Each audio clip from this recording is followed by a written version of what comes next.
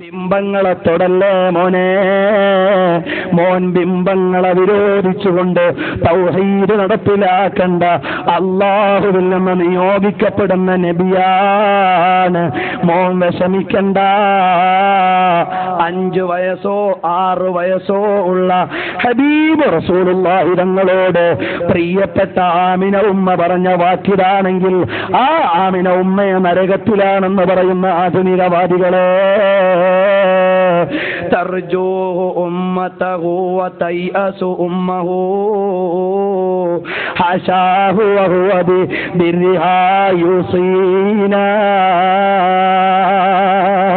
ലോകത്തെ ഏറ്റവും ആദരവുള്ള സ്ഥലം നബിതങ്ങൾ കിടക്കുന്ന മദീനത്തെ ഖബറിന്റെ സ്ഥലമാണ്.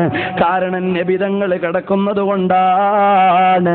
എന്നാൽ ലാക്കിൻ ബിബത്നികി കൗവനത്ത് തക്വീന, ആ കിടക്കുന്ന ശരീരത്തിലെ മജ്ജയും മാംസവും എല്ലും നരമ്പുകളും എല്ലാം കോർവ കൊണ്ടത് ഈ പള്ളയിൽ നിന്നാണ്, ആമിനായുടെ പള്ളയിൽ നിന്നാണ്. ആ പള്ള നരകത്തിലും ഈ ഭൂമി സ്വർഗത്തിലുമോ? ഹശാവ കല്ലാ ഫിൽ ഖിയാസി ബദിയോ. ഇത് വല്ലാത്ത വിരോധാഭാസമാണ്. ആമിന റളിയല്ലാഹു അൻഹ എന്നിട്ട് പറയുന്ന മോനെ, കുല്ലു ഹയ്യിൻ മയ്യിത്തുൻ, എല്ലാ ജീവനുള്ളതും മരിക്കും മോനെ. വകുല്ലു ജദീദിൻ ബാൽ, എല്ലാ പുതിയതും വിനാശം വരും മോനെ. വകുല്ലു കബീരിൻ യഫ്നാ, എല്ലാ വലുതും നശിക്കും മോനെ. വഅന മയ്യിത്തുൻ, ഞാനിതാ മരിക്കുകയാണ് മോനെ. പക്ഷേ വിഷമമില്ല. വദിക്രി ബാഖിൻ, എന്റെ പേര് ലോകത്ത് മുഴുവനും ഉയർത്തപ്പെടും മോനെ. കാരണം എന്താണ്? വഖദ് തറക്തു ഖൈറാ, ഞാൻ മരിച്ചത് വെറുതെ അല്ല, മോനാകുന്ന നന്മയെ ഉപേക്ഷിച്ചിട്ടാണ്, നന്മയുടെ നേതാവിനെ ഉപേക്ഷിച്ചിട്ടാണ് ഞാൻ ജന്മം നൽകിയത്. തുഹ്റാ, ശുദ്ധിക്ക് ജന്മം നൽകിയിട്ട് നന്മയെ ബാക്കിയാക്കിയിട്ടാണ് ഞാൻ മരണപ്പെട്ടിട്ടുള്ളത്.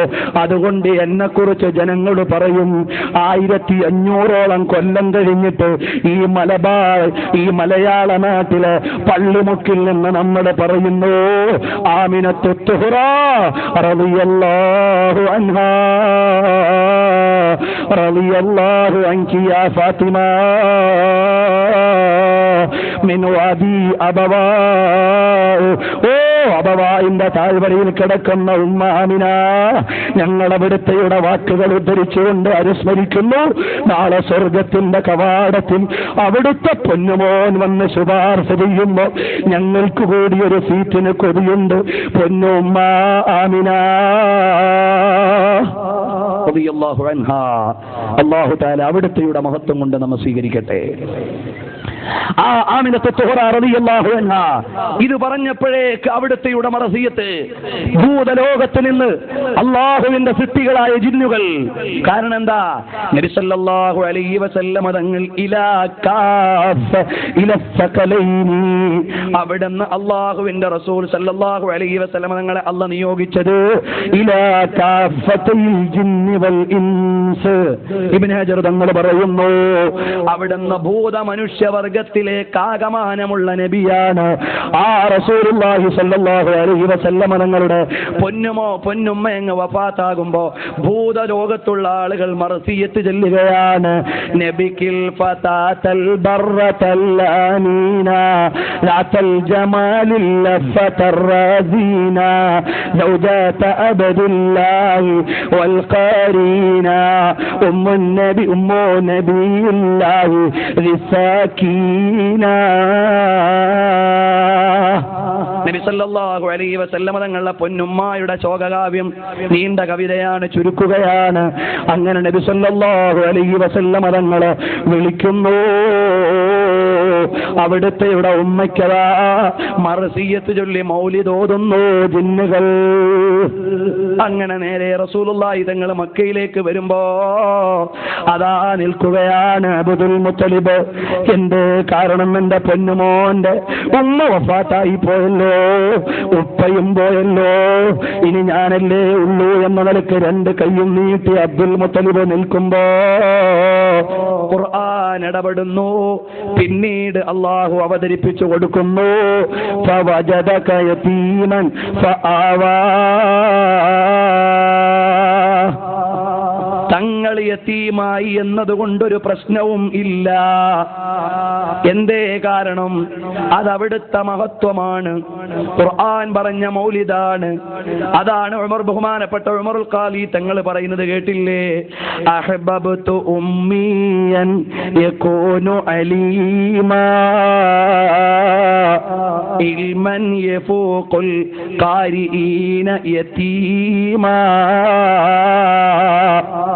എന്റെ പൊന്നു നേതാവായ നബിതങ്ങളെ ഞാനിതാ ഇഷ്ടപ്പെടുന്നു. അത് ഉമ്മിയായ നബിയാണ്. ഇന്ന് ഞാൻ അതിലേക്ക് കടക്കുന്നില്ല. ഉമ്മിയത്തുൽ മുസ്തഫ സല്ലല്ലാഹു അലൈഹി വസല്ലം എന്ന പേരിൽ ഇബ്രാഹിം മുഹമ്മദ് മുല്ല ഖാത്തിറുൽ അസ്സാമി ഒരു ഗ്രന്ഥം എഴുതിയിട്ടുണ്ട്.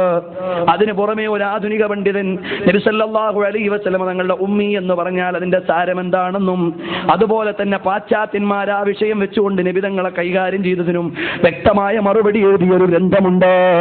അങ്ങനെ നബി സല്ലല്ലാഹു അലൈഹി വസല്ലം തങ്ങളുടെ വിശുദ്ധമായ പദവിയുടെ ഭാഗമാണ് അവിടുന്ന് യതീമായിരുന്നു. നാളെ നമുക്ക് സൗകര്യം കിട്ടിയാൽ ഉമ്മിയു പറയാം. അപ്പൊ നബി സല്ലല്ലാഹു അലൈഹി വസല്ലം തങ്ങൾ യതീമാണ്. എന്തിനാ യതീമാക്കിയത്? നബി തങ്ങളുടെ ദീനും കൊണ്ടുവരുമ്പോ വാപ്പ പറഞ്ഞു കൊടുത്തതാണെന്ന് പറയാൻ പാടില്ല, ഉമ്മ പഠിപ്പിച്ചു കൊടുത്തതാണെന്ന് പറയാൻ പാടില്ല, അങ്ങനെ പൈതൃകങ്ങളൊന്നും പറയാൻ പാടില്ല. കറകളഞ്ഞ ഇലാഹി വാണിയിൽ നിന്ന് ലഭിച്ചത് മാത്രമാണെന്ന് സ്ഥിരപ്പെടുത്താനും അള്ളാഹുവിന്റെ പ്രത്യേക സംരക്ഷണം ചെറുപ്പകാലത്തെ ഉണ്ടെന്ന് ലോകത്തിന് ബോധ്യപ്പെടുത്താനുമാണ് യതീമാക്കിയതെന്ന് ഒരധ്യായം തന്നെ പണ്ഡിതന്മാർ എഴുതി വെച്ചു. നബിതങ്ങൾ എന്തേ യതീമാക്കിയത്? അതിൽ ഒരുപാട് രഹസ്യങ്ങളുണ്ട്. നാളെ ആരും വന്നിട്ട് നബിതങ്ങളെ ചോദ്യം ചെയ്യാൻ പാടില്ല. നബി സല്ലല്ലാഹു അലൈഹി വസല്ലം ദീനും കൊണ്ടിറങ്ങുമ്പോൾ ആരെങ്കിലും പോയി വാപ്പയെ സ്വാധീനിക്കും, നിങ്ങളുടെ മോനെന്ന് അടങ്ങിയിരിക്കാൻ പറയണം. അപ്പൊ വാപ്പ വന്നിട്ട് മോനെ മിണ്ടാൻ പാടില്ലെന്ന് പറഞ്ഞാൽ പിന്നെ എതിർക്കാൻ പറ്റില്ലല്ലോ. അങ്ങനെ ഒരു ശക്തി ഉണ്ടാകാൻ പാടില്ല. ഉമ്മ വന്നിട്ട് പറഞ്ഞാൽ ഇപ്പൊ അടങ്ങി അവിടുന്ന് പ്രബോധനം നടത്താൻ പറ്റില്ലല്ലോ. അപ്പോഴവിടുന്ന് അങ്ങനെ ഒരാളും ഉണ്ടാകാൻ പാടില്ല. അങ്ങനെ നബിതങ്ങളെ കൺട്രോൾ ചെയ്യാൻ ഒരാളും ഉണ്ടായിക്കൂടാ. അള്ളാഹുവിന്റെ പ്രത്യേക നിയന്ത്രണമാണ്. ഫവജദക യതീമൻ ഫആവാ.